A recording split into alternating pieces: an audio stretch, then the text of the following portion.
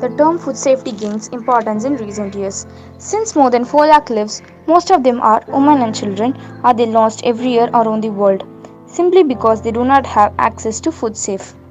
Safe food is the food which is free from invisible bacteria, virus and fungi and toxic chemicals. World Health Organization and Food and Agriculture Organization of the United Nations have jointly been organizing observance of World Food Safety Day on 7th June every year to draw attention to this challenge. This year's theme, Safe Food Today for a Healthy Tomorrow, stresses that production and consumption of safe food has immediate and long-term benefits for people, the planet and economy.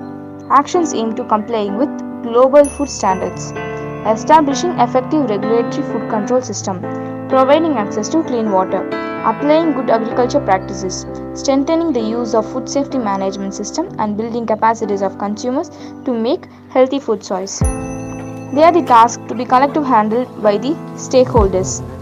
Food safety is a shared responsibility between governments, producers and consumers, that is me and you. Thank you.